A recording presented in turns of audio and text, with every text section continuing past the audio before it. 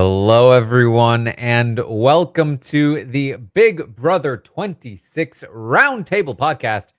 This is the podcast where we talk about everything from the feeds. We rate the players from 1 to 10 based on how well we think they are doing in the game. I'm your host, Taran Armstrong, and with me today, talk about it all. Talk about all of the feeds nonsense going on this week. It's Melissa. How you doing, Melissa? I'm doing well. I feel like every time I come on for the roundtable, I'm like, I did not expect this to be the outcome of the week, when we last spoke. And I feel like once again, that's the case. It was a wild week, very exciting, a lot going on. And I feel like these house guests don't disappoint. So very exciting. This is one of those weeks where, like, at the end of last week on Thursday's podcast, this is where I thought we were going to be. It's just that for a little while, they were like, oh, I guess we're not going in that direction. Oh, there it is.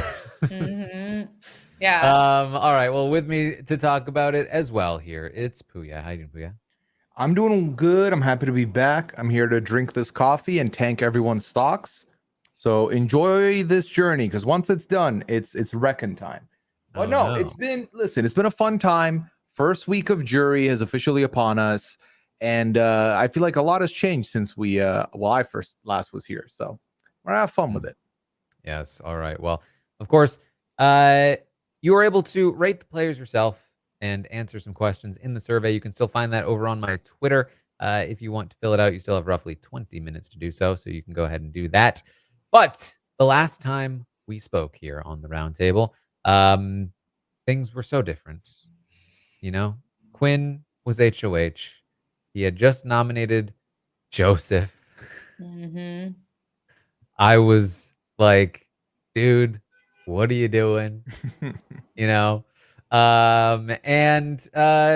out the vote flipped against Joseph, not only in the way that we thought, but in the way that we thought wasn't going to happen. A similar thing where, like, I was like, man, if they're willing to flip on Rubina or flip to keep Rubina, surely they're willing to flip Kimo, but then it didn't happen. I was like, I guess it's not happening. And then it happened.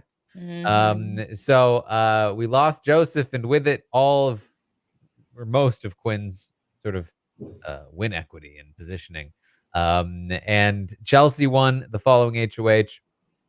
Again, I figured Quinn would be the de facto target here. They just flipped on him. He's the biggest comp threat in the game for Chelsea beyond Cam, or not for Chelsea because she has Cam and MJ. And I was like, it seems like Quinn is the easy target.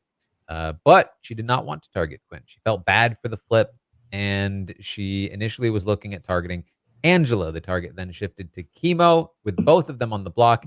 Then MJ won the veto. Things got a little messy, but the overall gist of it is that Chelsea thought twice about it and realized that Quinn is the better shot for her, at least in her mind, also in my mind, but that is debatable from some people's perspectives. I don't know if they're from your perspective. I think that when it comes to Chelsea, she is one of the few players where you can debate like a multiple number of people that could be the better target depending on what POV you're looking at, what factors you're taking in. And we'll definitely dive into this more when we get to the ratings, I'm sure. But I definitely, you see a world where Kimo leaves, you're like, good for her. The trio split, and the two that she is planning on taking far stay. That's really good for her. Not too shabby. On the other side of the coin, she gets rid of Quinn here. The trio's still intact. They should still be a target for everybody else. She doesn't have to take the shot. Also good for her. So I think the beauty of talking about her game is that despite some of the things she says or actions she has, I feel like she's situated and herself in almost a foolproof place where really you can't go wrong. It's just how right are you with the move? What percentage right is it? And then that can be a debate for people. Yeah, I feel like they should not be keeping the trio around for so long. I just think that it is so dangerous to have three solid people in the house still. I definitely think they should have gotten someone from the trio out last week, but they didn't. And now that they didn't, the idea is like, okay, maybe do it now. But I think like once you put Quinn up on the block, I feel like it's pretty precarious to be like, oh, I guess maybe we could trust him and let's just not vote him out. Like, I feel like if you backdoor somebody, it's kind of like you kind of have to go through with it. And I think if Quinn, promises them and does all this stuff, like maybe he'd be true to that, but I think he would have really good reason to not be true to it, because it's like, you guys literally tried to get me out. We're near the end. Like, sorry, not, I'm not going to keep any promises, but he should be promising everything right now. But yeah, I just feel like getting the trio, like separating the trio is crucial for everybody, except for the trio. So I don't really know why I feel like they're sitting there thinking like, oh, okay, that's something we can do in the future. Like, that's a future problem. Like, oh, we'll just get them out next week. But it's like, we're getting down to it, and the odds are getting bleak for you to get someone out from the trio if you keep getting rid of people outside of the trio. So yeah, I don't know. I would think that getting someone out from the trio would be the best move, and like making a deal with Quinn and Leah prior to nominations or whatever, just being like, look, like, we're over here, you're over here, we've got this solid trio right here, we need to take a shot, like, let's all, like, whatever, call it truce. But that didn't happen, so I don't know. Look, who would backdoor somebody and then change their minds and not vote them out? Oh, we could, couldn't we? Oh boy, I've been wanting to play that one all week, really all season, because this is such a Big Brother I know people have been talking about Big Brother Canada 6 as a comparison to this season because of the strategic landscape of the season, but it's more like Big Brother Canada 6 played by Big Brother Canada 9, in terms of the strategic decision making that's been happening. I would probably agree with that. But yes, Melissa's argument is one that I have heard a lot, which is this trio is very dangerous. They need to be broken up. For me, it reminds me a lot of Big Brother 17, actually, when I was hearing the same things about Vanessa and how she was keeping the Oz twins in for so long. And at the time, I was making the argument that she was making a strategically sound decision because the Oz twins were such a good target in front of her. And specifically for Vanessa, she really needed a strong target in front of her because there was so much heat on her as an individual, and she didn't have the social connections to do anything else. She needed to strategically position herself in a spot where they wouldn't come for her because there was too big of a threat elsewhere. Now, obviously, it's not the same here. It's a very different trio and a very different landscape. And for me, the reason why I do think, and I've made this case before, but for the sake of the roundtable, I think that specifically for Chelsea, she is in with that trio real good. Nobody in that trio is putting her up. If they do take a shot at her trio, the MJ Cam Chelsea trio, it's MJ and Cam on the block. Chelsea's not touching the block, and quite frankly, if one of them comes down, I think it's Angela on the block as the replacement. I really feel like they're leaving Chelsea alone, and for that reason, I think protecting that trio, leaving them as a target for not only her own allies, but also for anybody else in the game, like Leah and Angela, is valuable, especially as she heads into the end game, because she's not only able to then use them as a shield or a weapon, but also protect T-Core in that group, who is the one protecting her. It's sort of like an inadvertent, like, I wouldn't even say Jason and Danielle because it's not really what they did, but like the thing that everybody wants to do as Jason and Danielle, which is basically be the heads of two separate alliances, and then keep each other safe via their alliances and then whittle their own alliances down. If they were doing that intentionally, it would be very impressive. They are doing it unintentionally, I believe, to some degree, and it is still very impressive. It'd just be cool if they had like plotted it out from the beginning that way. But it's a good spot to be in for Chelsea. I like it a lot personally. I'm not super worried about this trio in terms of like comping out or anything. I really feel like Chelsea, that MJ and Cam are going to win something. And when they win something, they're going to take a shot at that trio. They're going to whittle it down to just T-Core and Kimo or T-Core and Rubina, at which point they're a lot less dangerous. And now the retaliation goes against MJ Cam and back and forth. And Chelsea and T-Core are the ones that get to kind of like stand above that rubble. And so I think this trio formula structure works for both of them for now. they will eventually need to take shots at each other if they want a guaranteed win against their own people, or even, people from the other side. But that's why I felt like this was the better call. And I felt like between the targets, the available targets, most importantly, Quinn and Leah and Angela to some degree are basically the only free thinkers left in the house. Like, that's why, like, the game becomes so stable if you remove them from the equation. Rubina and Kimo, they're going to do what T-Core says. MJ and Cam, at the end of the day, seem to be doing whatever Chelsea says, which means if the two of them are aligned, they basically just control the rest of the game.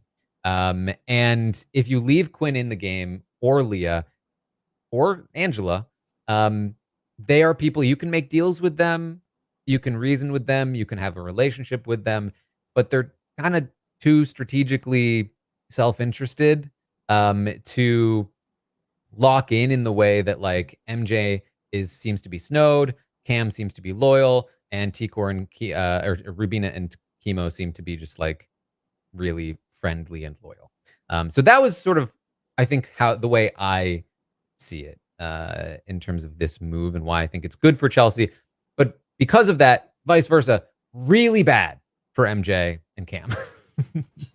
Yeah, that's the thing, is it's like, yeah, maybe this is good for Chelsea, and I guess that's really all that matters. Like, she's the HOH, but it's like, I just wish someone else would step up in here and be like, look, why are we keeping this trio around when we have the option to get rid of them right now instead of saving them for a future week? It's a little discouraging, because it's like you said, I mean, once they whittle it, it's just going to be whittled down until it's just the two trios left at the end. And then they're just like, you have T-Core and Chelsea kind of being like, okay, who are you willing to get to part with at this point? And then we just kind of go back and forth like that, maybe. But yeah, I don't know. I really, and maybe this is just like also me, myself, wanting, Quinn to stay, and wanting Quinn, Leah, and Angela to stay, because they're the most exciting, potential things in there that could kind of cause chaos. As much as I love the idea that T-Core and Chelsea are just, dominating, it's kind of boring. So, as a viewer, I would like Quinn to stay. And so if I can make the argument that it's good for Chelsea's game to keep Quinn around, then I would want to make it. But yeah, it does seem like it's probably better for the others. And you would hope that they would argue that case. I mean, there's enough there. I mean, it doesn't even matter at this point, because like Chelsea already put him up. It's just about the votes. If they could convince Cam and MJ, and it would be like Cam, MJ, Leah, maybe honestly, like if Angela could like see her position in the house and just kind of be like, okay, let me like look above and see that there are two trios in the house. Like, I'm kind of on the outs. So is Quinn and Leah. Maybe we could be a trio. You know what I mean? Like, maybe Angela could see that. But I don't know. Yeah, see, to me, I feel like I don't think it's gonna get boring yet, right? There's still, like, even if Quinn was to leave this week, I think there's enough variables there for something good to brew. I think already the trio has thought about, hey, listen, Cam and MJ, we got to like figure them out at some point. Whilst the other side, Cam and MJ, are like, this trio needs to become a duo. They need to downgrade in that department. And then obviously you still have Leah in there sowing seeds. You still have Angela in there doing what Angela does best, which is just throw things at the wall, see what works, see what impacts things.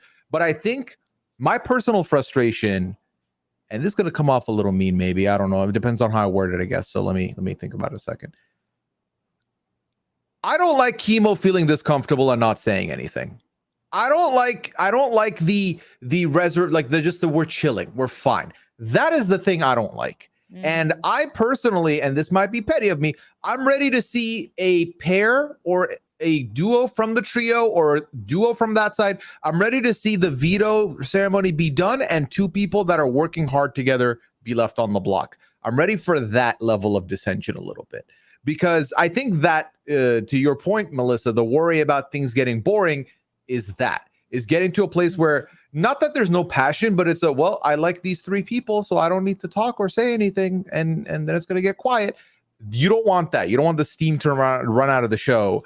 And maybe that's why you're thinking, okay, well, if Quinn stays, we'll have some of that because he is part of the more wild cardy. Maybe he does something different. Whereas the others, it kind of feels like they've locked in their answers and they're just waiting for the next round. And that's when it gets a little bit too like, meh, obvious. Yeah, and that's the thing is like for the people in the chat who are like, this season is anything but boring. Why would you say it's boring? It's like, no, I'm not saying that the season so far is boring. You're talking for future you. Is I'm what saying you're that doing. it could be boring if that your exact scenario happens, and then we're just sitting there twiddling our thumbs like while every week no one really is. There's no movement. There's no potential for movement because it's just two groups of friends who are like, well, I'm not going to turn on my friends, so we're just going to have to decide which of your friends we'd like to get rid of first. Like it's like that.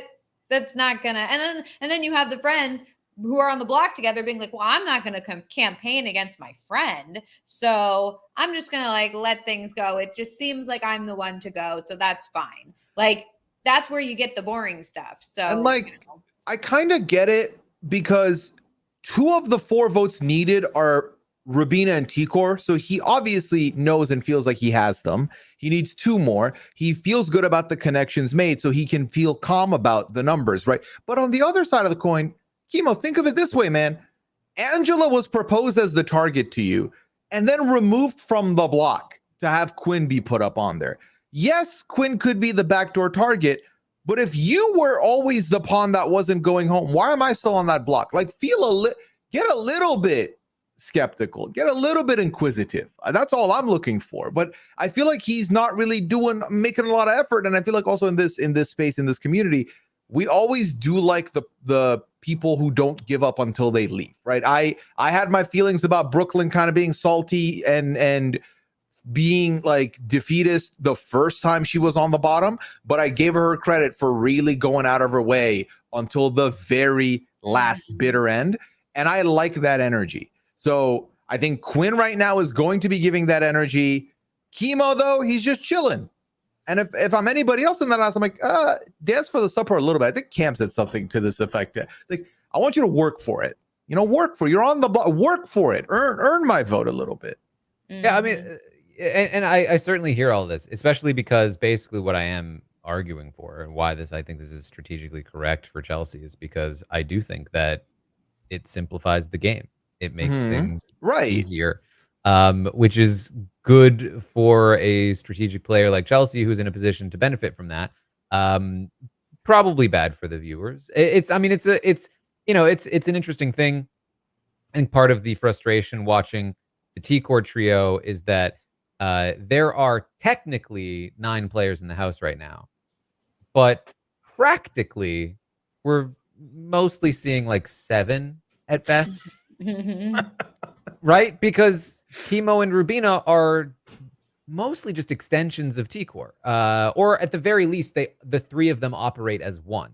Like, how do they think they're going to win with that? Like, I'm sorry, but like, it just like, you don't win by just like being part of a trio and just going along with whatever the lead trio person says. Like, I will give Rubina this, though. I think that Rubina, without playing the game, is socially incredible to watch. And I feel like as someone who's able to make really strong social ties, which is arguably the biggest thing you need in the game of Big Brother, is that ability to just talk with anybody and make connections with anybody. So I think she's got that. And to be clear, I know that Kimo, it can be paranoid, but it's kind of like that. I'm paranoid, but also I'm not going to do anything about it. It's that thing, the no follow through that gets it for me.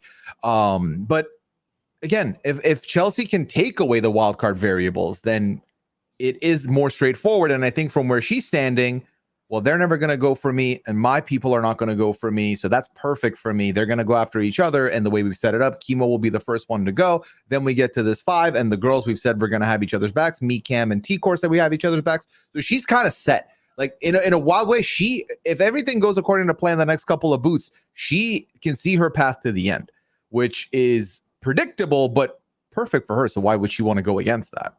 Yeah. And as viewers, I think that what we want is as many players as possible, scheming as often as possible. And so when 3 people are operating as one, that simplifies things. It makes things less dynamic most of the time. And then when you have on the other side, like Cam is starting to meld into Chelsea, MJ is starting to meld into Chelsea. They're starting to look like one player. It starts to look like, okay, there's two players. When Quinn leaves, there's then Angela and Leah, who, despite being close, I would still definitely qualify as separate players at the moment.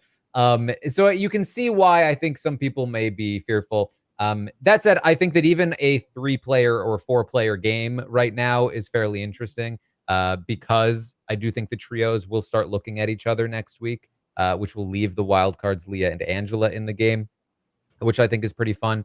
And it is like the irony is not lost on me that like we're watching this game of cutthroat competitiveness and like people just being actual friends is annoying because they won't turn on each other.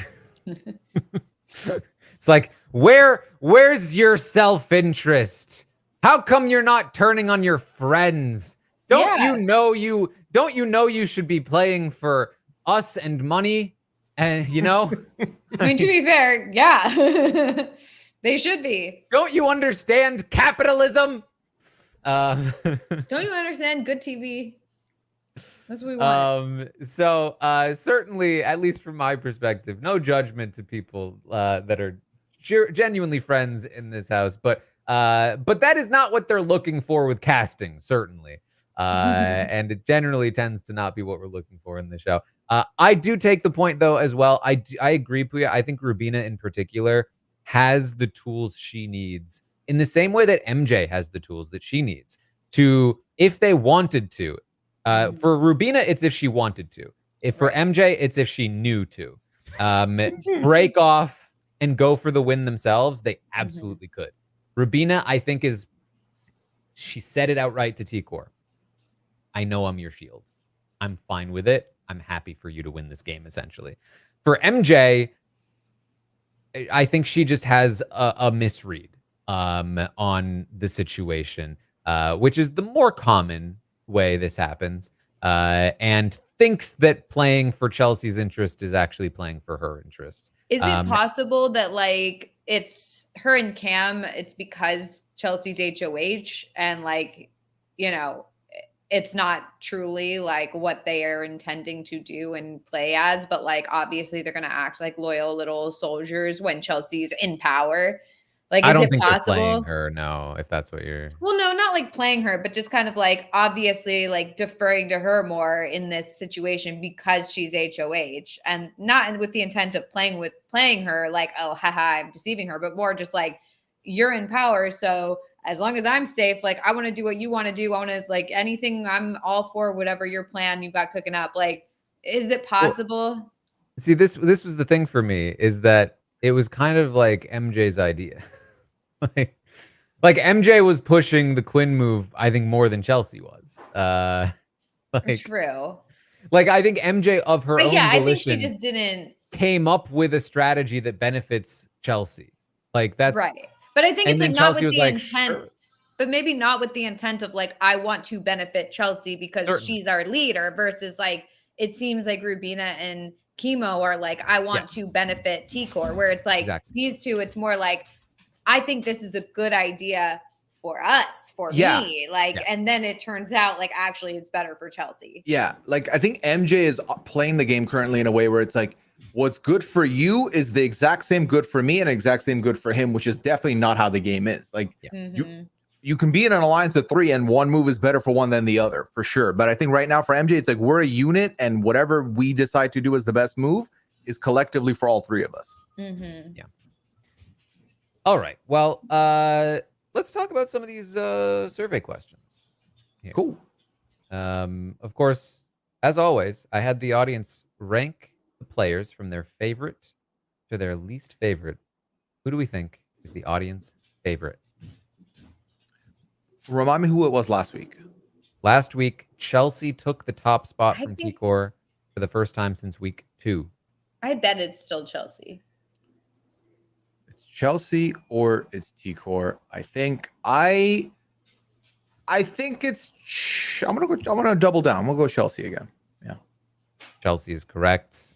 I will not go through the process of having you both guess T-Core as number 2 because she is. Easy. Although I would probably say Cam for me for number 1 right now. He is giving me a lot on these feeds. I'm so happy that he's still here because I feel like every second there's like a new Cam clip that goes around Twitter where he's like doing some goofy song or some goofy like commercial or some goofy thing. Like him and Kimo doing their little bar scene. They are so funny. Cam is so funny. He's made So- for the he's a Insta He's a TikTok person. Yeah, he's He's a a content TikTok creator person. on the social media space, and the dogs in the crib are Yes, out. They the are dogs- out here with us. We are all dogs in the crib now. I'm That so was so glad. exciting. Yeah. Was so exciting. We found the dogs and Yeah. they're here. They exist. They posted pictures. They're on Twitter. It's very, very great. Because I was feeling so sad when Kim was like, the dogs aren't even watching. And now the dogs are watching. Mm-hmm. We Well- thought we were gonna have to step up and be the dogs in the crib. Turns out they've been here all along. Yeah. Does that mean you think Cam is number 3? Honestly, I do. Of 9 left, Cam, let me quick survey. Rubina's there. I mean, yeah, I'll go Cam. I'll lock Cam in. Well, last week Leah was number 3. This week Cam is number 3. Dogs in the crib. The Woo! dogs in the crib. Okay. Let's go number 4. Who's number 4? Okay, Leah moving 1 spot, I think makes sense to me. Like as in staying in that spot at 4. Yeah, I could see that potentially. as well. It's her or it's honestly. Rubina, I think. So I think Leah. yeah. Leah is number 4. Who's last? Who was last time? I could Joseph. see Chemo being last. Yeah, Kimo being last would make sense to me this week. Usually he's not giving that Um, much. So Could be Kimo or it can't. I don't think it's Angela. Could it be? Where was MJ last week, Taran? Last week MJ was 7th.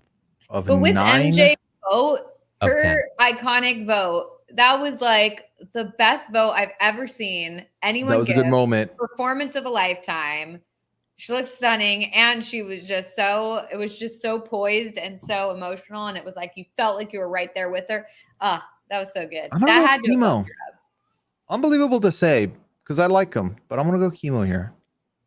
Chemo is last. Mhm. Okay, you've both gotten everything right, so I'm just gonna need a full list at this point, so we can finally see if we can stump you here. Oh, snap. There's 4 people left. There's, in no particular order, Rubina, MJ, Angela, Quinn. What order?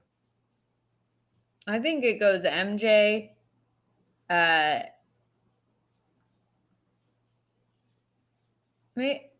I mean, Quinn. Well, I don't know. I'm gonna Pooya go the was order. thinking The order Rubina. he just told us: Rubina, MJ, Angela, Quinn. I think that's the order. And Melissa, you said MJ, Quinn. I think MJ, but I think I would put Quinn higher, but I think a lot of people wouldn't put Quinn higher. So I feel like I have to put Quinn lower. So I feel like it would be like MJ, Rubina, Angela, Quinn. Okay. You're both pretty wrong.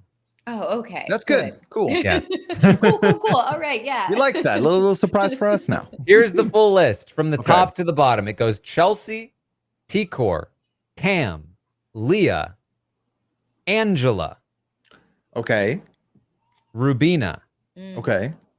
Quinn, MJ. MJ, Chemo. I Okay. was very wrong. Yeah, very wrong. I mean, the hard thing was to figure out for me was where does Angela go after this week she's had, and then where does Quinn lie was really the two. Because I think Mackenzie being in the bottom 2 is probably right.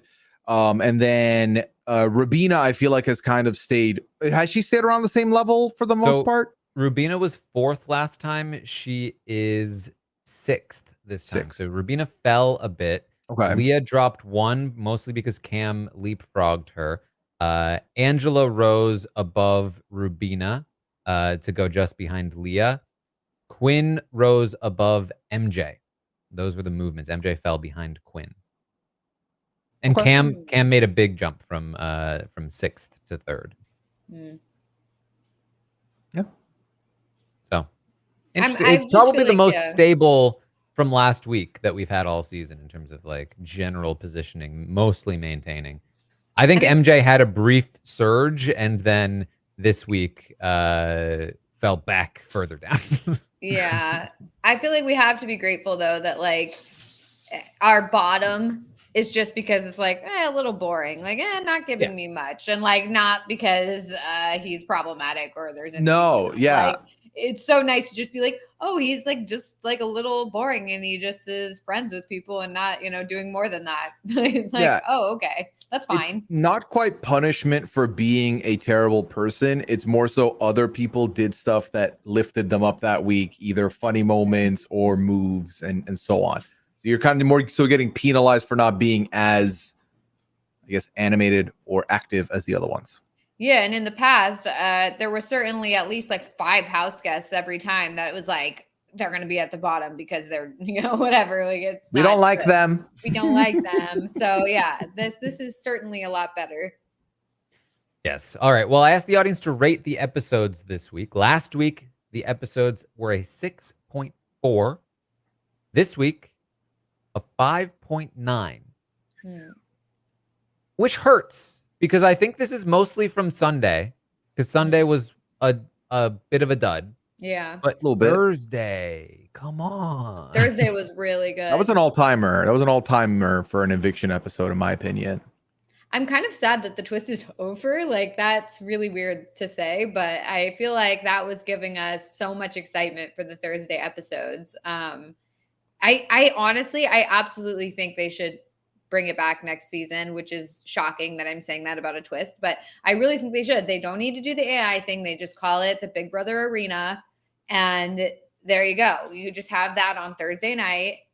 And it just provides some excitement and gives the house guests like a chance to like, not maybe like save themselves, but also not in a way where it really like, I mean, it impacts the game, but it's not unfair. Like, because the people who remain on the block still need to use strategy. It's not like, oh, well, there's only 2 people left on the block. They compete in the AI arena and then one person just goes home without any strategy. Like, there's still the strategy behind it. In fact, there's even more strategy. Like, like Taran had said, that it forces people to still treat people like they're in the game and that there's like a potential that they will stay instead of just automatically writing them off. It feels like it keeps the game exciting up until the last minute, versus before when it's like, oh, well, these 2 people are on the block. That's how it's going to be. Now we just know we're going to get this person out. So we don't need to strategize anymore. We don't need to talk about it. We're just going to ignore them until like the vote. And this at least keeps it interesting because there's a potential that that person could still stay in the house. And whether or not due to a vote, whether or not due to the competition win, I just think it's exciting. And I'm kind of sad that it's over. I think I agree with you. Bring it back. But the one thing I would change is cut it by 2 weeks. Make it 5 weeks instead of the 7. That way, because this way we went all the way to jury with it. I like the idea that for 2 weeks in between jury and the pre-jury era, you have to play the regular format that is going to be prevalent in the end game regardless. And I kind of like that if you're playing this, all right, put me up because I'll just be on in the AI arena or BB arena, whatever they're going to call it. For 2 weeks, you don't have that safety jacket if you're trying to make it to jury. How do you pivot from there? That, and I also feel like as much excitement as it brought, it did come at the cost of the early bit of the week kind of being very samey, which was especially with a lot of the same 3 people being volunteers and available to be put up there for the mix. That took a little bit of that away, but hands down, it made the Thursday episodes 15 times better than what they were.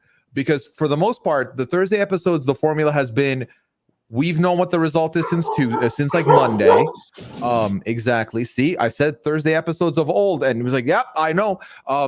Thursday episodes were, all right, well, we've known the results since Monday. So the first half of the episode is them trying to make it seem like, okay, we all wanted this person out, but what if we switch? What if this is better for my game to blindside this person? And then it was a unanimous vote. So it kind of gave us nothing. So this definitely enhanced the experience for me.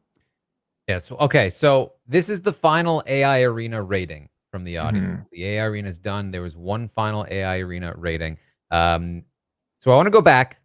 Week 1, before we even saw what happened, the audience gave the AI Arena twist a 4.7. The concept of it was a 4.7 from the audience. After they saw it once in week 2, they gave it a 6.2. They were like, oh, pretty good. We like this. 6.2, very high for a twist. Week 3 dropped down to a 6.0. Week 4 dropped down to a 5.8.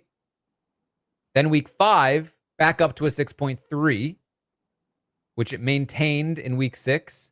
And then last week, week 7, moved up to a 6.4. So it's been really hovering around that area, 6.4. Very high for a twist. Yes. This week, the final rating, now that it's all said and done, what did we think of the AI Arena twist? 7 point something. 7.8. Wow. Wow. That is insane for a twist. Yeah. Wow. In this space, 100%. Oh my God. I mean, I believe it. I would rate it really high too, but that's, I mean, I think that's a first for a twist to rate Certainly. anywhere I don't over think any a twist has 5, ever hit a 7. honestly. Yeah. I feel like most twists are like 1, 2, or like, and like most twists provide entertainment for just that brief second that the twist happens, but then like kills the rest of the game, or then it like ruins strategy, or then it's like, oh, we wish this twist hadn't have happened. This like, it maintained. It was really good. It wasn't just, okay, on the night of the AI Arena when we watched them compete, that's the entertainment. No, it resonated throughout the whole season. So yeah, whoever came up with this twist did a good job. And they finally proved that we're not just haters. We're not just haters. We are Waiting for the right one to come along. Yeah, we really are not just haters. We don't just automatically hate every twist. It just has to be a good twist. And this was a good twist. Yeah, I mean, it's not often that you actively have a big portion of the fan base saying, make this a regular part of the game mechanics moving forward. That's how much people enjoyed this. That's how much entertainment factor this brought to the table. The last time that happened was with the veto? A permanent twist? Like a permanent twist. I'm pretty sure the veto is the only significantly permanent twist. Yeah. I mean, like you could say double evictions, but like in terms of like like the veto is like a weekly occurring thing. Like in terms of a weekly occurring thing, I can't think of. Yeah. And you know, many moons ago, they lied to our faces and said, based on fan favorite twist, we're bringing back the Battle of the Block. You bring back the arena. You're not lying to anybody anymore. Yeah. Honestly, fan favorite. People really dug it. Yeah. You can say it. All right. Well, just for comparison, by the way, the episodes this week, again, rated a 5.9 compared to last season in week 8, a 5.0. For the record, last season was Zombie Week. Wow, we were very generous with a 5.0 audience. This is what I'm saying about the episode. This week's episodes, including Thursday's episode, was only 0.9 higher than Zombie Week episodes. Wild. Really? I also asked the audience to rate the feeds this week. Last week, the feeds were given a 6.2. This week, 6.5. Okay. A little bit better. I think fair enough.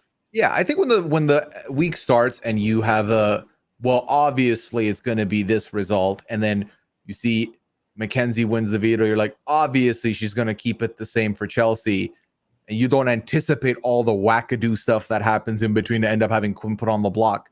Yeah, I think expectations are shattered at that point. So makes sense. Now, compared to last season, the feeds last season at week 8 were given a 2.9. Sounds about right. That was Zombie Week. Yeah. 2.9. The week that did not matter. Yeah. That seems right. Okay, so then I asked the audience to rate the season as a whole so far. Last week, the season as a whole was given a 7.5. This week, 7.8. So it went up. Mhm. I Good think, season again, so far. the dissipation of the AI arena had people feeling really good about it. In addition to that, we've started the jury phase and things haven't gone terribly like they did last season. So I think the audience is like, all right, well, like, let's open our hearts a little bit, like let's feel a little bit better about this. Now for comparison, last season, BB25 has been leading BB26 all season long in the season as a whole rating. It's consistently been higher. The season as a whole last week, again, for BB26, 7.5. Week 7 for BB25, 7.7. So last season, week 8, BB25, Zombie Week, the season as a whole, 6.4. So there was a big drop in the season as a whole during Zombie Week, which means for the first time, Big Brother 26 has surpassed Big Brother 25 as the superior overall season so far. Week 8. Nice. And I agree with that. There's a lot of players that we have gotten out of 25 that I adore and love and enjoyed watching. But I think 26 ultimately has been the better product so far, in my personal opinion. And given the lack of a zombie week, given the comps that feel like more anybody can win so far, I think this can go all the way on being better. I think this could be even in the conversation for best new era season when all is said and done. I mean, listen, huge difference here. The AI Arena twist was given a 7.8. The zombie twist was given a 1.5. Not still generous, still too generous with this number. Considering 1 is the bottom. Impressive. Yeah. When you factor it that way, you can't give it a 0. Okay, so I asked the audience to rate Chelsea's HOH reign. Now Quinn's HOH reign was given a 3.3. I bet if I re-asked that question, it would go down. But Chelsea's HOH reign, a 6.0. Not bad. Yeah, sure. It goes about the right amount of people thinking that the trio should leave versus people thinking Quinn should go. It kind of makes sense when you put it that way. I also think it makes sense in terms of like, I think she made the right move, but like could have been cleaner. Also didn't need to win it. Yeah. Now, last week I asked the audience, did Leah make the correct decision with the veto? 84% of the audience said yes. I decided to ask this question again. Smart. Did Leah make the correct decision with the veto last week? 67% of the audience said no. I mean, I could have their minds. I could have told you all that. Jeez. I mean, obviously, like you think Angela is going to be loyal to literally anybody. When has she ever been loyal to anyone? Which I love. But it's like Joseph would do anything for Leah. She had a feeling that she had been sort of warned that Joseph might go on the block. Like, this is just like, it also like, I mean, obviously Quinn, it had the potential to sour her relationship with Quinn, but like they could have been a solid trio moving into this week. And instead they have Angela who's sitting there throwing them under the bus and trying to get them evicted. So yeah, that is not a good move. I think the case you can make is the decision to use the veto was the right one. It was the way she used it, where she waited until the last minute and didn't talk to Quinn about, like, maybe you shouldn't nominate Joseph as the replacement nominee, and that Quinn nominating Joseph was the real mistake, which I would mostly adhere to. I do still feel like using that power is the play, but yeah, you can't let Joseph go as a result. That is not a good trade. So ultimately, it did turn out to be a bad decision, and has certainly put her game in a much worse spot. So I also asked, did MJ make the correct decision with the veto this week? 70% of the audience said no, a higher percentage than last week. Which again, I think is like, we don't know the results, so this is preemptive, but Right. obviously, but like, I feel much more confident saying this was not the call for MJ this week than I did last week saying that for Leah, which I thought it was a good decision for the most part. Joseph going up, not the right thing to do, but that wasn't her call. Whereas MJ very much did this with the intention of putting Quinn on the block, and 70% of the audience thinks not the right move. 30% says yes, but 77% says no. Finally, who do you want to be evicted this week? 56% say Kimo. 44% say Quinn. Decent Pretty close. spread there. Yeah. Okay. That's the survey. Are we ready to rate these players? Yes. Yes. I still have some coffee left, so I'm going to start drinking this a little faster. All right. Well, let's get into it then. Let's kick it off, as always, with Angela, who she went up on the block again. The fact that we have to keep kicking it off with Angela is like so funny because she's like the most like outrageous person each week. It's just like, I don't even know. I don't know. So here's the interesting thing about Angela this week. Obviously, Angela Giesling, it's a thing. It's what the update was called this morning. There's definitely a world and an edit you could make, quite frankly. You could give her the funeral edit. If they wanted to, they could. You could say that Angela schemed and plotted her way to safety this week because a conversation she had tipped the dominoes and got her off the block. Now, realistically,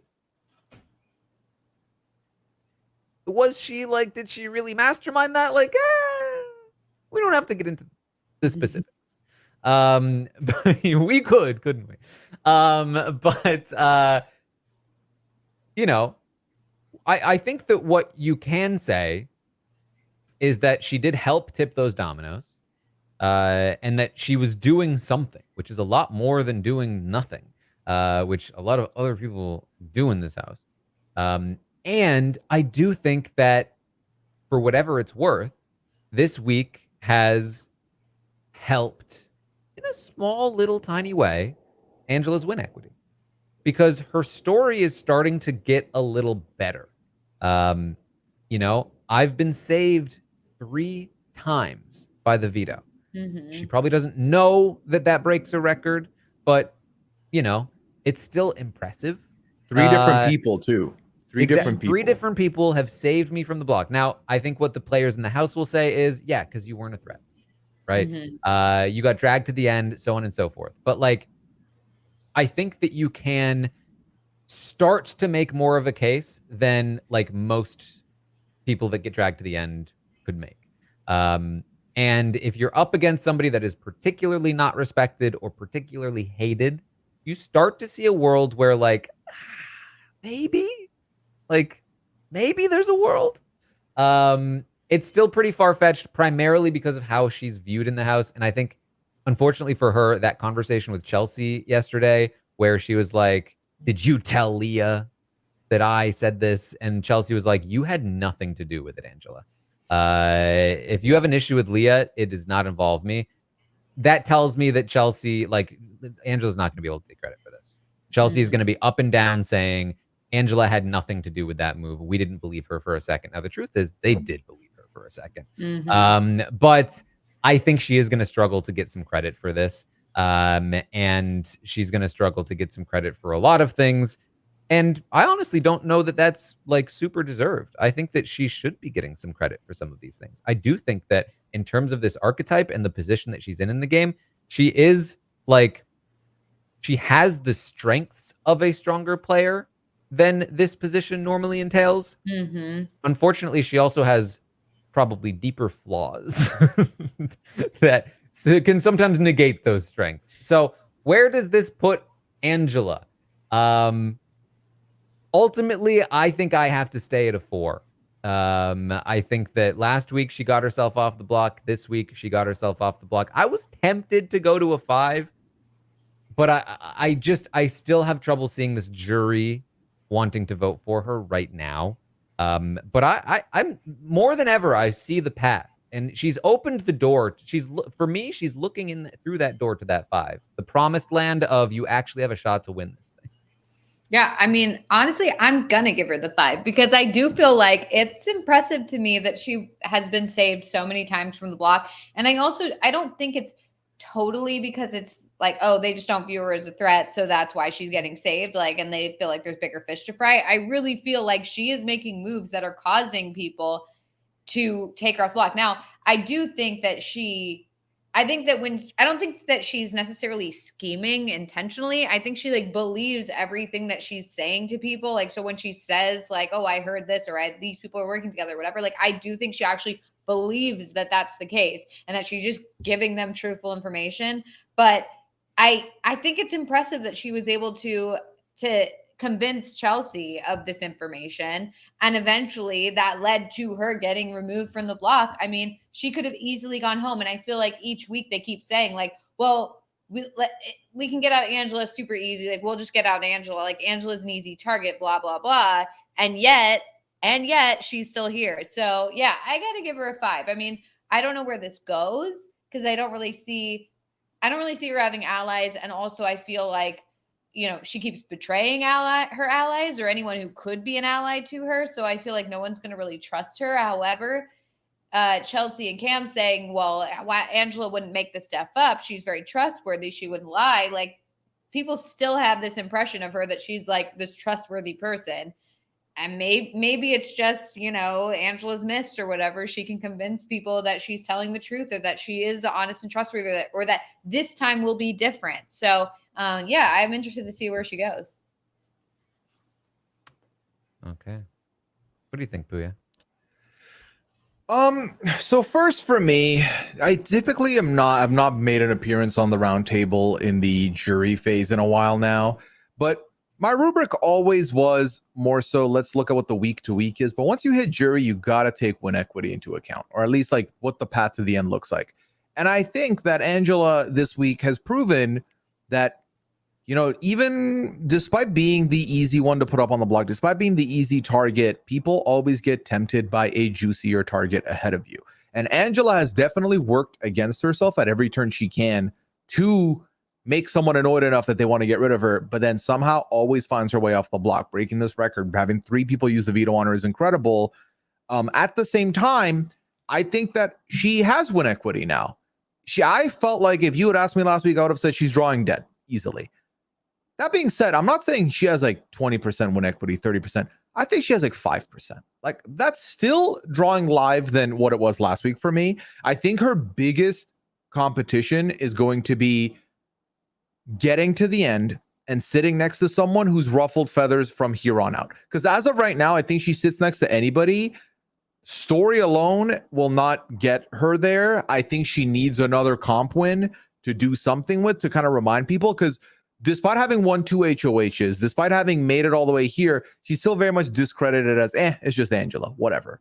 So she needs to make some kind of a wave, and I think she needs someone to make each other mad. And I think we're definitely set up in a world where the trio can feel backstabbed for getting taken out by somebody else. This side can be upset about this person. Something like that could help her out. So that all being said, I do think she kind of does have the opportunity to at least make the final 2 quite a bit more than her win equity of 5. But also, if I was to give her a 5, I feel like then people who I rate higher, I have to bump them up, and I don't want to bump them up. So I'm going to go with a 4. Okay. Well, the audience is with Pooya and I. They gave Angela 4. I'm an Angela truther, so, you know. Yeah, you have her on your draft, don't you? Yeah, you know, I've got my my hopes up there. Oh yeah, who do you have? Angela and who else? Chelsea. And Chelsea. Okay, there you go. I had Tucker, but and Pooya, what do you got left? Yeah, I've Quinn and Leah. Oh man, wow. Wait, Leah's not out yet. She's doing better than she was a while ago, and you know, I've had just Quinn and Leah since week 1, so we've been chilling. Like, honestly, right now, I'm you know, I have Kimo, MJ, Cam. And Cam being, if you offered me a trade between Leah and the 3 of them, I would consider it. That is incredible to factor that way. Oh boy. Who does Rob have? Rob has nobody left. Rob has vibes. Oh, what about Amon? Amon must have the remainder. It must Rubina be and T-Corp? Rubina and T-Corp probably. T-Corp, yeah. Okay, all right, Okay. we'll see. So I guess Rob is just out. Yeah, I think it's. I mean, right now it's looking like a battle between Amon and Melissa. Yeah. Nice. T-Corp and Chelsea, with, you know, Pooya a dark horse with Leah, and then me with like. Listen, Prayers. if everyone else tanks, I've got 3 people riding in behind me. Oh boy. Wow. I've got the numbers. I don't have the value, but I got the quantity. You have the numbers on your side for sure. Oh boy. All right, let's talk about Cam then. How are we feeling about Cam? Because, man, he should be in a position to win this game. But is he? I mean, I feel like there's still a chance because I feel like there's still game left. Like he could win something. He could like be the next HOH and, you know, something changes, the tides turn, whatever. I don't know. I just feel like he's not really doing much on a day-to-day basis aside from really entertaining me. But generally, he's not doing much game-wise. I think there's a scenario where he kind of sticks with Chelsea and they kind of get to the end and then somehow Chelsea gets sniped or something and then he's left and it's like, oh, well, I can take credit for all of Chelsea's and I's moves because, you know, we did this together. We were locked in and like maybe something. It's difficult because I just don't feel like he's doing much right now. I mean, as somebody who is invested in Cam winning this game because it would win me the draft, Yeah. I am frustrated because I can't find his path to win.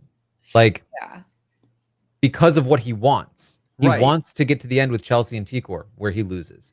Right. And even if he doesn't get to the end with Chelsea and T-Corp, maybe he gets to the end with, okay, maybe Chelsea and MJ. Right. Where he still probably loses because he takes Chelsea over MJ and loses. Right. Mm-hmm. MJ, I think, takes Chelsea over him and loses. And Chelsea doesn't matter who she takes, so it's still a losing final 3. So and even what if is he the final ends up 3 where he wins? I can't find it. Yeah. If he ends up in the end with MJ, like I think there's a potential that MJ wins because she could argue like, look, like I was alone and I kept saving myself week after week in the AI arena and blah, blah, blah. And now look at me. Like, I feel like she has a better argument than Cam, who like really wasn't in danger. I mean, he was in danger like one time. Yeah. I need the house to go back and forth a bit, whittle down the sides. And then like, okay, here's what I need for Cam to win. Leo wins the next HOH, puts up T-Corp and Chelsea, shakes the whole house up. Now all of a sudden, one of them leaves. Now all of a sudden, Cam's got some stuff to work with, right? Mm-hmm. Like now all of a sudden, Cam's in there with a chance. But unless that happens, it's looking a little dire. Now that's pretty long term. Like there's still he's still probably mostly good right now. Maybe some danger of the trio targeting him next week. But with Quinn leaving, he is probably the most physical threat left, him and MJ. So at least that's how the house sees it. So, you know, there's always a chance he comps out. It's just like the problem is I was banking on him or MJ comping out, which they might do. But neither of them are making smart decisions with those wins right now. So it doesn't help me. Yeah. Yeah, so not sure. I feel like I want to give him a 5. Like, I mean, I feel like that's the thing though, is that like I want to give him a 5, but I don't feel like this week is bad for him necessarily. Like, I feel like it's fine. I don't know. Maybe I'll give him a 6. I think it would have been better for him if Leah was on the block and not Quinn. I agree. And I think that's the big knock for him. Because, again, the problem with the way Cam set up his game is that the people he wants to take to the final 3 have set themselves up so well that they will get to the final 3, which is his ideal final 3, but it's his losing final 3. Because even in the only situation where one of those two go is if Aaliyah wins next week and says, yep, Chelsea going up, T-Corp going up. Because in more other outs, if 2 of the trio are up and T-Corp's one of them, the other one's leaving. Or if MJ and Chelsea are up, MJ's leaving. which means they still stay and he still loses to them. So, but if they leave, he's in a very good spot. And that's the thing. If they leave, he's in a very good spot. But also, I think with Quinn leaving, he is the bigger target. I think if the trio win next week, there's a big chance that he's the one going out next. So that's not great for him. I feel like a 5, Melissa, I think that's appropriate because I think he got that equity, but his equity lives and dies with the lives of Chelsea and Chelsea and T-Core in this game until he changes his mind and decides to go to the end with other people. Yes. Yeah, it's sort of like I'm rooting against him for his own sake, if that makes sense. Like I'm rooting against what he wants because I think what he wants is bad for him. Yeah, you want what's best for him, not what he wants. Yeah, exactly. Well, the audience agrees with the two of you. They gave him a 5. I've been back and forth on it. I feel like I am concerned about these long-term things. But we do still have room to play. There's a lot of ways that the game could change. Theoretically, he could change his own mind.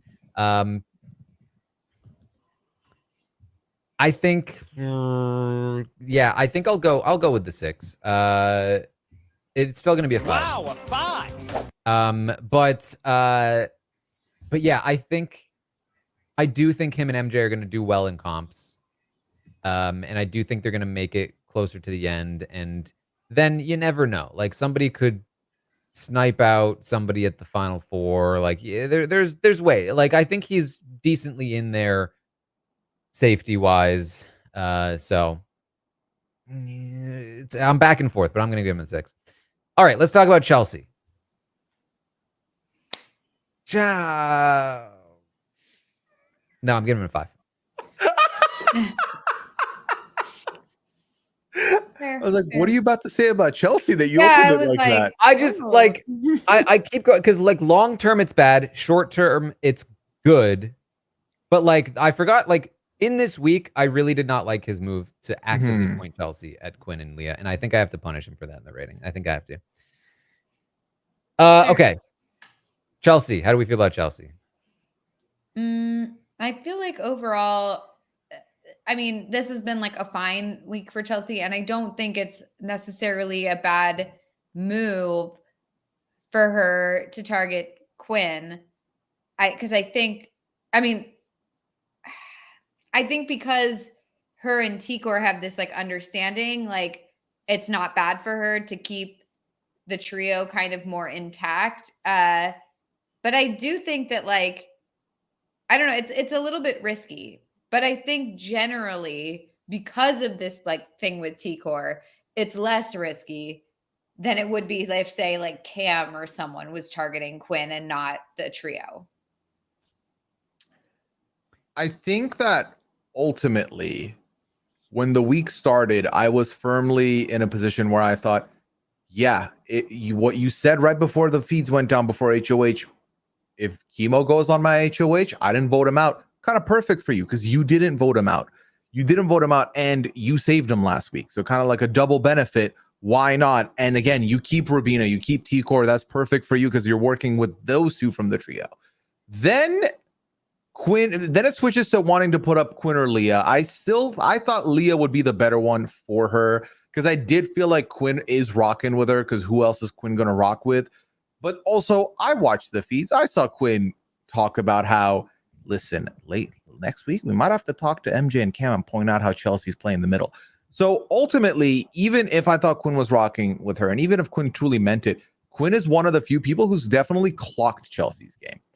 And someone who could definitely, if he wins a comp, could be like, listen, I'm going to put all of this out there. Y'all do with the information what you want. And I still trust Chelsea to find a way out of that situation. But getting rid of someone who not only sees your game like that, but is most likely to respect that kind of game is not bad. That is someone who you're getting rid now. You stay longer in the game. He already thought highly of your game. Good spot to be in. On the flip side, if the vote flips and Kimo goes, again, going back to what I thought originally when the week started, you keep T-Core, you keep Rubina. There we go. Not bad. Not bad for you. So I think in both ways you're looking good. I think that my original thought was she never needed to win this HOH to begin with. She was like the one person who didn't need this HOH, but also to win the HOH and be in a position where you're set up for next week. You're set up for the double like you wanted. You're in a very good spot. I feel like an 8 could be warranted here, despite it being her own HOH reign. Now, could I dock a little bit of messy points? For sure.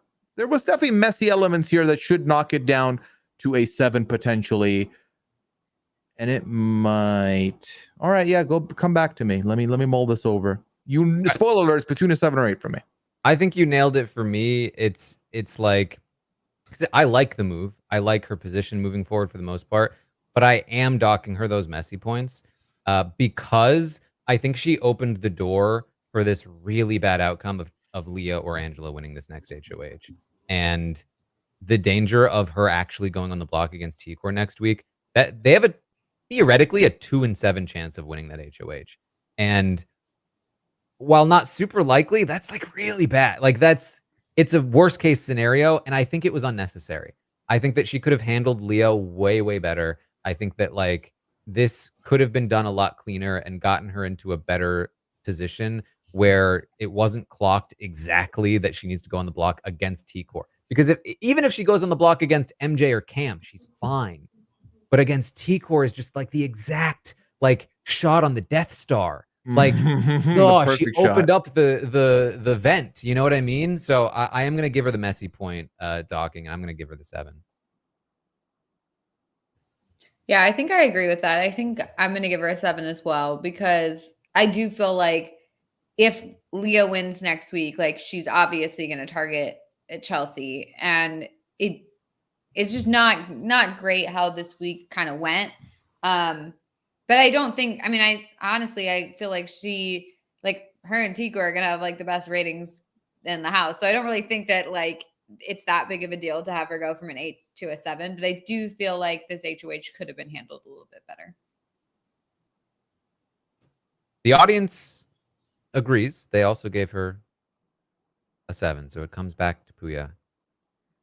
Well, at this point, I could even give her a 6 and the score stays the same. But am I going to? No, I mean, like I said, coming into this week, I felt like Chelsea was in the best spot. I still think Chelsea is in one of the 2 best spots. But having a big out like that where you could go home is not great. Because again, it's a small chance, but it's a chance. So give her the 7.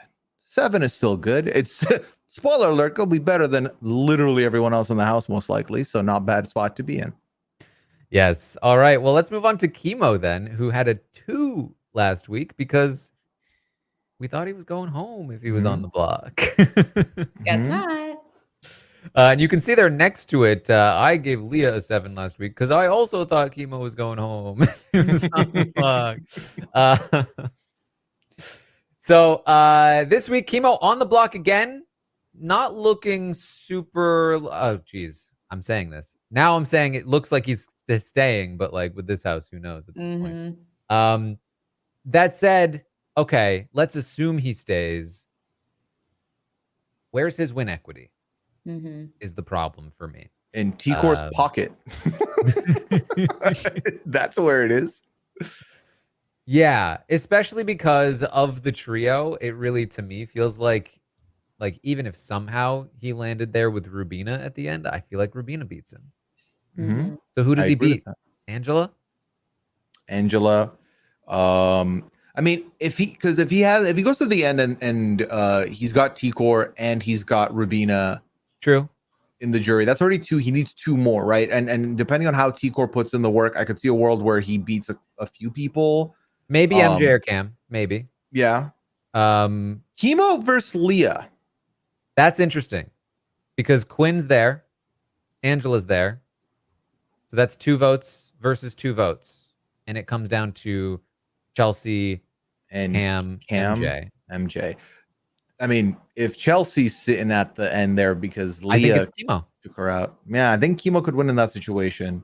So he's got some outs, but it might depend on how they get there. Well, also, I don't necessarily know if Kimo can function in a house without T-Core. Like, I don't know what his game looks like from there on out. I think it would be better. Okay. I still see the potential that Optimist. Kimo had Yeah. because that speech was amazing. Yeah. And he, Yes. in the beginning of the game, when he had a mission, which was to be with Tucker, he went at it. You know what I mean? We just need him to have a mission. Man with a plan. Hopefully it's to win the game. Yeah. No, I mean, to be fair, like I do feel like we have to give Kimo credit. I mean, his speech changed minds, and I feel like that never happens on eviction night. So that was very impressive. I am concerned for him because it does feel like, okay, he's constantly being put on the block as like, yeah, we'll just take Kimo out. And then like he miraculously gets saved because one reason or another, but like it's that luck's going to run out. He's not going to constantly just be like on the block and then be fine forever. So I am worried about Kimo. And I just feel like he's not even really like campaigning or anything right now. Like he's feeling comfortable on the block, and you shouldn't feel comfortable on the block. So I mean, I would feel a little better about him if he was actively campaigning and trying to make sure like, okay, like I want to stay, I feel like Quinn is doing so much more than that. And I do see a potential for Quinn to turn things around and stay, which means Kimo goes. There's no AI arena to help him. I mean, in this house, it really is the you kick a pebble down a hill and then it gathers a lot of traction and becomes a whole like massive snowball, like a cartoon. So if Quinn keeps kicking, something could happen potentially. I think the thing with Kimo as well is that you got to remember that the final two, that speech, if you do the right speech, you can hit. And I think Kimo has literally shown that he's got the superpower that many wish they had, which is changing votes in the moment. So I think I would not count him out if he gets to the end for sure. It just the pathing to the end it's gonna depend on. I think the biggest thing for me though is that in more outcomes than not, Kimo is the first of the trio to go if they're on the block together. And I think that's not a good spot for Kimo to be in at the moment. And in order for that to change, again, he is similar to Cam in a wild way, should be banking on like a Leah win or something where he's not the recipient of the first blow to the trio. But even then, like if he keeps the energy he has right now, like he might be okay to get sacrificed. So it's tough because he's also on the block, though. All of this said, it's tough because he's also on the block and he could still very much go, even though he's not the main target at the moment. Yeah. I think for me, it's a 3. I think likely to stay, but could leave. And even if he does stay, not the greatest position. I mean, roughly a 3. I am willing to agree that giving him a +1 because he lost the AI arena and still changed the outcome of his journey and has made himself a juror is worth it. Like that is good return on value for him. Yeah, especially like, he's not definitely or seemingly going home this time. So it's definitely gonna be higher than last time. Right. And for me. I mean, also he is not Angela Giesling and didn't get the veto used on him, so he can't get the 4 either. So 3 is kind of the ceiling here. All right. Is that a 3 from you as well, Pooya? I'm thinking about it because it could still be a 2. But let me look ahead a little bit. Yeah, give him 3. 3 is good. Okay. I mean, I want to give him a 3 as well, but I feel like it like looks bad that we're literally sitting here giving everybody the same rating, but it feels right. It feels accurate because I don't feel like I'm as worried for him as I was last week. But I do still think there's a chance that he could go home this week. So I don't know. Yeah, I guess I'll still give him a 3. All right. Well, the audience also gave Kimo a 3. So okay, so if anyone gets mad at us, also get mad at yourselves because I looked ahead and saw what the audience said. I'm copy pasting. So yeah. He's trying to take my title. All right. How about Leah, who took quite a fall this week in terms of I think last week it was like 6 on the verge of big increase if Joseph stays. Joseph did not stay. And now she's on the verge of losing Quinn. So what does that do for Leah? Well, it means she doesn't have 3 votes on the jury. She has 2, which is still pretty good, especially Quinn there. I do really think Quinn will be influential on the jury. the way that people talk about really liking him and respecting his game knowledge, I think he will be able to make some very good arguments for Leah. Probably no shade to Leah. I think she's probably a better player than Quinn, but like probably better arguments than Leah will come up with. But her position is a little sketchy. There's a world where the trios start targeting each other, and they are talking about it. And that world allows her to sit back with Angela, watch the fire, and wait to pick up a win when she's able to, or just get the win and take that shot and blow up the house structure. There's like, she's not out of it yet by any means, but undeniably this was not a good week for her. So I'm a little torn. Yeah, I feel like generally she lost Joseph, which we didn't think was gonna happen. She's probably gonna lose Quinn. I feel like the whole Angela move kind of backfired, and I feel like she's like on her own if Quinn leaves. Like I just feel like she's just. And maybe that's good for her because maybe she's seen as a number to be pulled in and things like that. But it's just not as good of a position as she was in last week. Like she's just not. She's lost 2 of her allies if Quinn goes. Yeah, it's not good. I think I want to give her a 4 because although I gave Angela a 5. It's hard for me to This is what sit happens when you there give Angela a 5. It is hard for me to sit there and do that. But Well, then what are you going to do? Copy us, Melissa? Okay, at the same time, I do think that people would see Leah as a bigger threat than Angela. And so they'd be like, okay, we need to do something about Leah, especially if like they think Leah is going to come after them. Well, interestingly, they always say this, but so far they've been talking more about targeting Angela, both sides.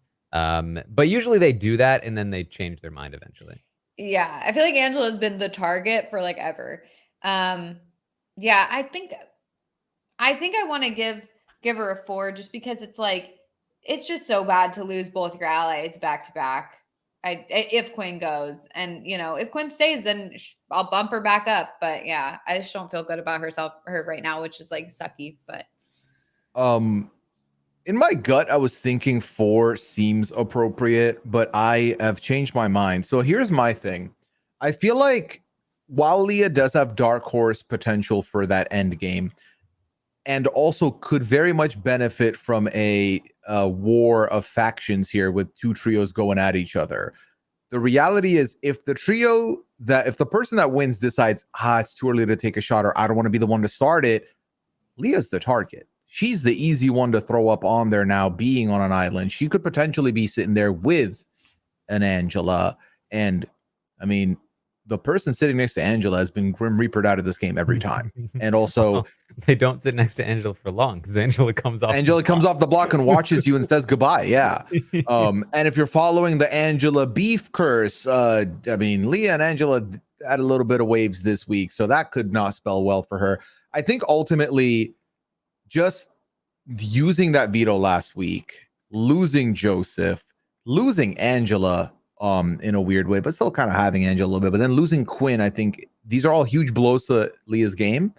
And I feel like her long haul, like I think she's someone who I can definitely see repositioning well if someone else casts that first stone. So because it's so uncertain, and also because of the fact that ultimately, yes, Kimo's on the block, and if he stays, he has his whole team intact, or he goes, yes, Leah's not on the block and safe next week, but she could very well and probably is losing her best ally. So I'm going to go ahead and give her that 3 ? Exclamation point. Oh boy. Well, the audience went with a 4. And I see the 3. I'd be tempted to go to a 3 because of how dramatic the fall was. But I think there's enough outs to land me at the 4. I mean, the 4 is the same as Angela at this point, but I think there are enough outs for her in addition to her or Angela winning, she has the potential of, even if she does get nominated, a backdoor situation going on for the other trio, which I think is very likely. And so, you know, I think, you know, I believe there is potential for her to recover, but she has certainly not recovered yet. So I'm not going to go quite as low as where Kimo is on the block right now. But yeah, definitely not looking great for Leah. All right. What about MJ? Because listen, Well, you gave her a 6. Where are you now? yeah, this is my problem is I was like, look at MJ, look at Leah, look at Cam, and now look at them. Look at them. Just look at them. I think she's in a slightly worse spot than Cam, but not as bad a spot as Leah. But I gave Cam a 5 and Leah a 4, so I kind of boxed myself in there. Okay, hold on. No, I can't give Leah a 3 though, because Kimo's a 3. And I can't give Kimo a 2 because that's too low. I should have gave Cam a 6. I'll listen. I'm giving her a 5. I think it's fine. Yeah. I mean, I think there's it's good and bad. I feel like she shouldn't be using the veto, but at the same time, like maybe it's good that she's getting super in with Chelsea and Cam, and so then she can kind of ride with them for a bit. Whereas before it was kind of like she's on her own. She really has nobody. Maybe it's good that she's kind of, you know, been taken under their wing a bit, but at the same time, she's not going to beat them if it's the 3 of them in the end. So, yeah, I mean, it's so tricky because it's like, it also relies on, you know, the outcome of this week and then what happens next week, which like, obviously that's the way it is every week, but this week, especially, it feels tenuous. I feel like I kind of want to stick with my 5 just because I do like the fact that she is more ingrained with people than she was last week. Like, I do feel like it's better for her to have somebody, whereas before it was kind of just like, yeah, let's just get MJ out. So yeah, I'm going to stick with my 5 with her, but you know, we'll see. I mean, Mackenzie is putting Mackenzie on the map by winning the competition here. Helping out your allies is certainly good. So that's nice. Feeling like a part of a trio, I think, is a good landing spot for her. But also on the other side of the coin, I think, is somebody who does not benefit from some of the foundations laid in the house by some of the other players, and definitely could just be a casualty of the 2 trios going at each other for sure.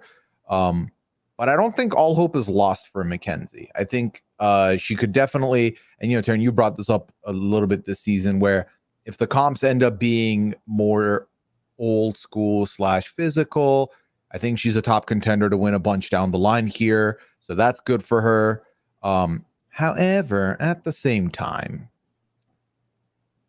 well, listen, who said Stockwatch can, you know, okay, fine, I give her a 5. You happy? Like, I don't have, there's nowhere else to go. It's a 5. It's a 5. Yeah. It's some of these players, like, we already have talked about a lot on the previous section of the roundtable. So it's like, yeah, we've already kind of talked it to death with MJ.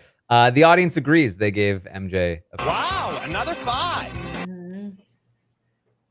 Okay, Quinn is also, I think, a fairly easy one at this point, for me at least.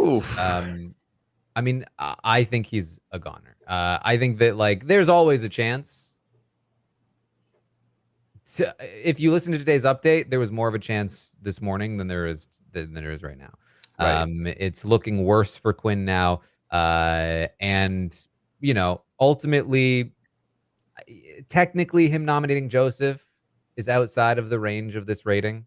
But, you know, last week he was a 3. He wasn't going home. So yeah, I'm not quite going to give him a 1. I think that, like, again, like, if he nominated Joseph in this week, I would give him a 1. But, like, while I do think he put himself here, he almost got himself out of it.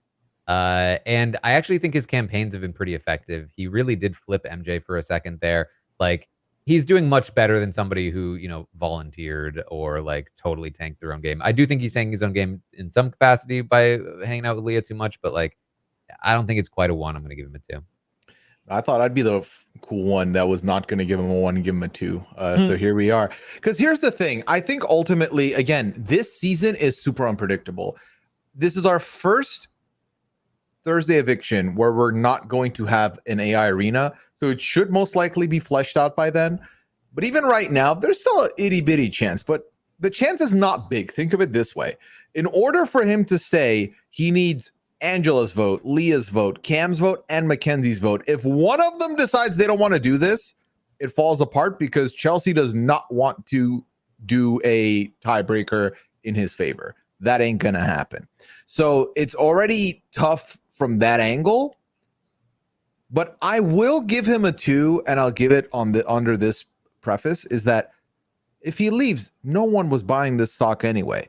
But if he stays, it's worthy of not a 1. You know what I mean? Like, if he stays, it's worthy of not a 1. Yeah, I mean, I wouldn't give him a 1 because I don't feel like this week was really his doing. I mean, obviously, like previous decisions like influenced this week, but I don't feel like he is going home, or if he goes home this week, it will be because of him this week.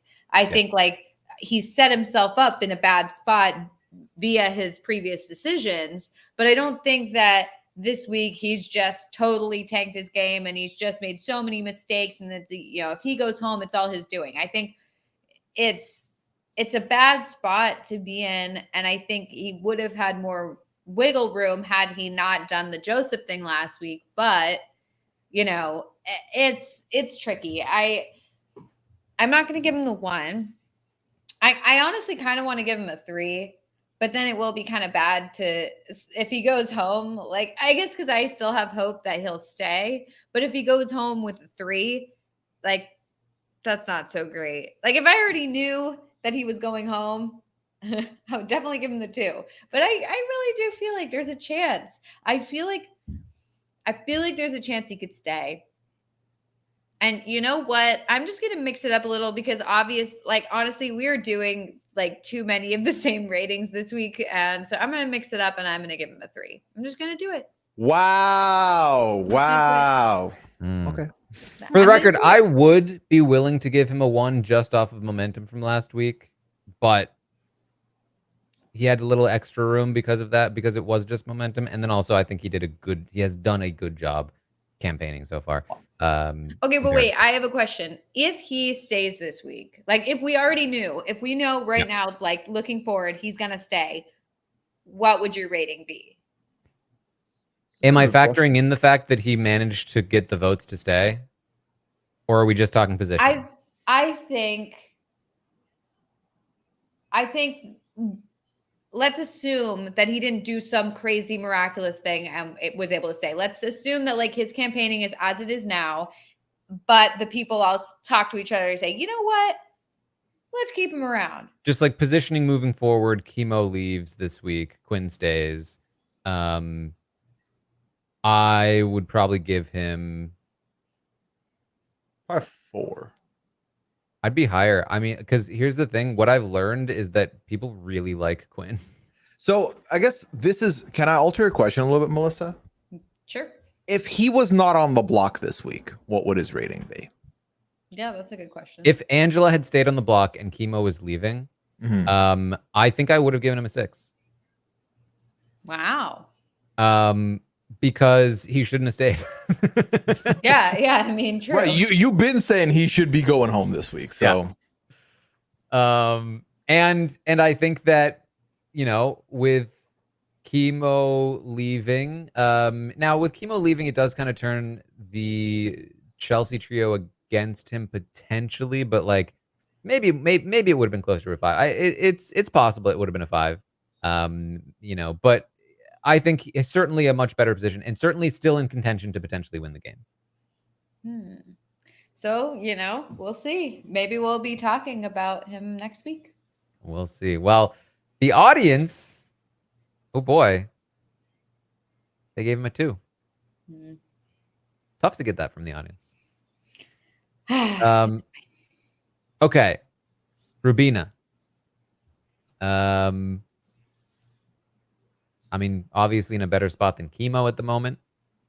I mean, in a better spot than last week because she was on the block last week, potentially going home. So yeah, certainly higher than a 3. She has a good connection with, so obviously she has her trio. She has a good connection with Chelsea relatively. She's been making a good connection with Cam, I find. So I feel like that's a huge plus for her. I can't think of who is nominating Rubina next week of the people left in the house.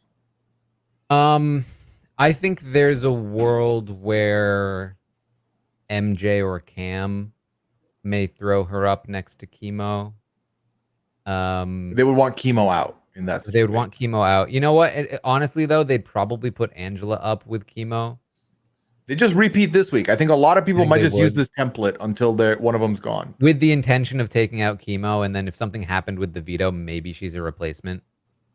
But I actually don't hate. I was thinking like, ooh, let me shock the world and give her a 6. But then I remembered her conversation with Tikor where she said she was totally chill with Tikor winning.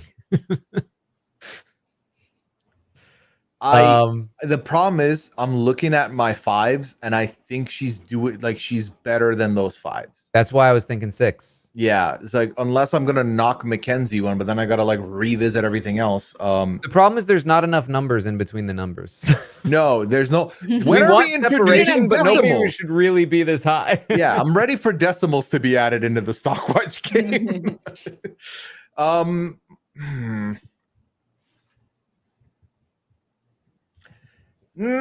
5. You know what? What I'm gonna do? I'm gonna look at the comparison from last week. A 5 is a big improvement on a 3, and that's pretty huge. So I'm gonna look at it that way. Yeah, I can tell the audience. Oh, go ahead. This was an interesting one.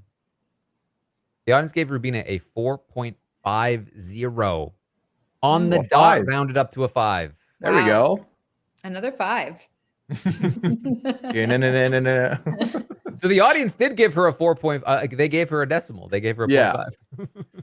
I feel like, yeah, I want to give her a 5 as well, I think. I mean, honestly, I kind of want to give her a 6, but I just feel like I don't feel like people are really targeting her. She's got the good social game. Like, I just feel like, yeah, I mean, but I do think like jumping from a 3 to a 6 without really doing much is a little much for me. So I do think I want to stick with a 5, but I feel like she has upside here. And I do feel like next week could be a really good week for her. So I'm going to keep her at a 5, but could be looking up. I'm back and forth on this. Because again, I think she is above. Well, okay. I think positionally she's above Cam and Mackenzie, but they're probably a little more likely to win comps. So that somewhat equalizes things. But they're also making an actively bad decision this week, according to me. Whereas Rubina isn't. I mean, I do think, again, I think Rubina is in a spot where all it takes is for her to be like, you know what? Maybe I do want to win. And she could win. There's plenty of time left to go as well. Like, it takes one morning, one bad night of sleep for you to change. For instance, Leo wins HOH. Tikor and Chelsea go on the block. Tikor gets sent home. All of a sudden, maybe Rubina's game to lose. I don't know. Or right. That's the thing. Like, there's a lot of the 5s I've given, a lot of it hinges on, well, you don't want to get rid of this person, but if they leave, you're not looking too bad. There are so many people in this game that would skyrocket in value if Leo won HOH next week. It's nuts to consider. And like, you'd be sitting here talking about, yeah, so Rubina gets a 7 because this person's going home is wild to me. This person being their closest ally. More often than not, your closest allies leaving, you're getting taken down. So I'm going to give her the 6. Okay. I'm going to shock the world. All right. How do we feel about Tikor? Still in a position where little chance she might lose Kimo, but the front runners of this game right now are Chelsea and T-Core. They're set up really well. I've talked a lot this past week about the cross alliances connections that you may have. You have your three, however, you have Chelsea on this side. Cam wants you in his three, whether you want to keep him or not. That's another good thing for you. Still not touch the block. Huge plus in the game as well. But I think for me, I'm again very similar to Chelsea. It's a 7 or an 8. And that's kind of where I am at the moment, but I'm leaning 7 to give you the heads up. Yeah, I'm just straight up a 7, I think. I would agree with that. I mean, honestly, like it's honestly very exciting and impressive to see like Chelsea and T-Core like both 7s, like everyone else way below them, and we've got like these two powerhouses like controlling 2 trios. Like it is kind of exciting in terms of like you don't see that very often, especially you don't really see like them actually like work the 2 heads of 2 trios working together, like sort of secretly, but sort of not secretly. Like everyone knows they have like an understanding or something, but it's kind of like maybe they don't believe that it's as strong as it is. I don't know, but it could make for a very interesting end game. Or a very, very boring end game. So I don't really know which way it's going to go, but I do like the idea that you've got T-Core and Chelsea both at 7s with everyone else kind of just like underneath. It's very rare because this is 2 people who have actively got 2 other people on their side as kind of like their soldiers who are playing the game for them in a weird way, who are also both working with each other and are both content with getting to the end with each other. It is very fascinating to me, which is why I'm very much enjoying seeing how this could go in the future.